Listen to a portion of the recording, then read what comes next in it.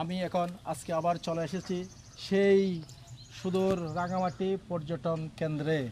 এটা হচ্ছে রাঙামাটি কাপ্তাই লেকের উপর নির্মিত এবং এই পর্যটন এই ঝুলন্ত ব্রিজটা আপনারা অনেকেই দেখছেন।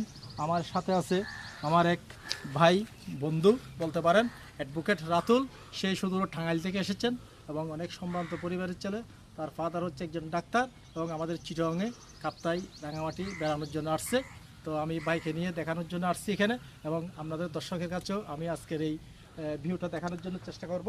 এবং আপনারা হয়তো এখানে অনেকেই এসেছেন এই রাঙামাটি এই ঝুলন্ত ব্রিজটা দেখার জন্য দেখে গেছেন, তবে আজকে এখন ঈদের রোজার সময়, যার কারণে মানুষজনের ভিড়টা অনেক কম। তারপর এখানে সেই প্রাকৃতিক সৌন্দর্য, সেই স্বচ্ছ নীল জল এবং দেখে অনেকের মন ভরে যাবে। পাহাড়, সাগর, নদী, এগুলো আসলে আমাকে সব সময় টানে, কেমন জানি আমি এদের সাথে কেমন যেন অঙ্গাঙ্গিভাবে জড়িত।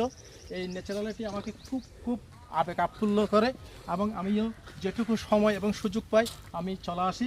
আমার যারা শ্রোতা বা আমার যারা ফলোয়ার বা আমার যারা আত্মীয় স্বজন বন্ধুবান্ধব আছে যারা আমাকে দেখে, আমি ওদেরকে এগুলো দেখানোর চেষ্টা করি। হয়তো আমরা অনেক ব্যস্ততার মাঝে অনেক সময় যেতে পারি না, যতটুকু পারি আমরা ঘোরার জন্য চলে আসি।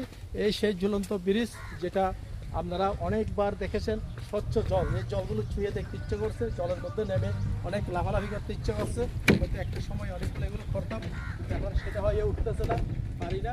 তো আমরা সব সময় আমাদের এই নির্জনতা ভেঙে, আজকে অনেক লোকজন অনেক কম, দেখতে অনেক সুন্দর লাগছে এই বিষয়টা এবং অনেক সুন্দর, এখানে সুন্দর বাতাস এবং আমরা যে জিনিসটা সব সময় আমাদের অন্তরে লালন পালন এবং ধারণ করি সেটা হচ্ছে সবার উপরে আমাদের দেশ, সবার উপরে আমাদের দেশ। যে এটা বর্ডার গার্ড বাংলাদেশের একটা কেন্দ্র, তারা একটা জিনিস লেখছে, সবার উপরে দেশ, আমাদের দেশ, আমার অহংকার, বর্ডার গার্ড বাংলাদেশ।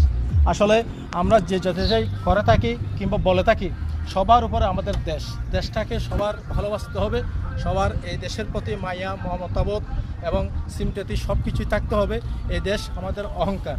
তো আমাদের এই রাঙামাটি এই পর্যটন এই ব্রিজ, আপনারা যারা আসছেন বা আসেন নাই সবার জন্য নিমন্ত্রণ রইল, আপনারা আসবেন, এখানে ঘুরে যাবেন, দেখবেন প্রকৃতির কী সৌন্দর্য, সেটা আপনারা উপভোগ করতে পারবেন আসলে এবং আপনাদের কাছে অনেক ভালো লাগবে।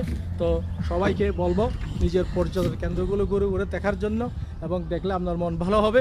এবং আশা করি যারা পাহাড়, এই নদী ভালোবাসেন তারা সব কিছু এক জায়গার মধ্যে পাবেন।